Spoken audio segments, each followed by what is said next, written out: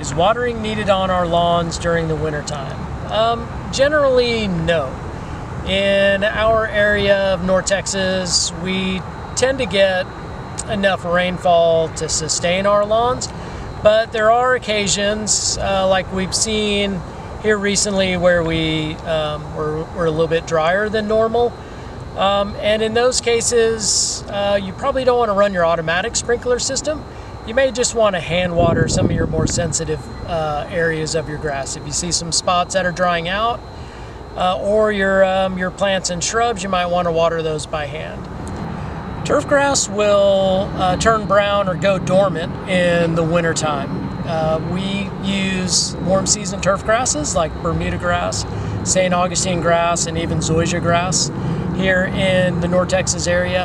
And it's not that much different than what will happen in extreme conditions in the summertime as well, where your turf grass will turn brown and go dormant. It's really just saving energy is what it's doing, because it's not actively growing in the wintertime. The temperatures aren't warm enough.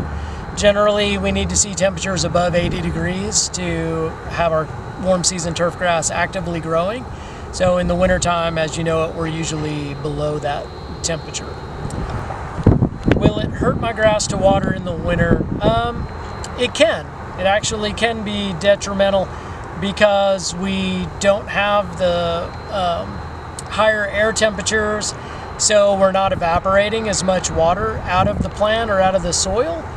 So watering excessively can hold too much water in the soil, and that's going to cause a lot of root decay issues and possibly some disease problems. So here in North Texas, our sprinkler systems are usually pretty well protected from the winter elements at the depth that they're buried. But one thing that you really do want to do is between the months of November and March, I generally would say Halloween to St. Patrick's Day, you just want to be sure that your sprinkler system is in the off position.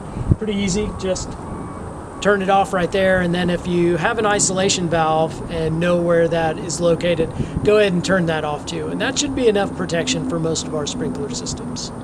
The other thing to keep in mind is anything that you have sprinkler related that is above ground or exposed, like any pipes that are above the ground or backflow preventers that are above the ground, you want to make sure those items are protected, either wrapped with some type of foam or with some type of insulation covering. Generally, you can get a licensed irrigator to give you some more information on how to better protect those.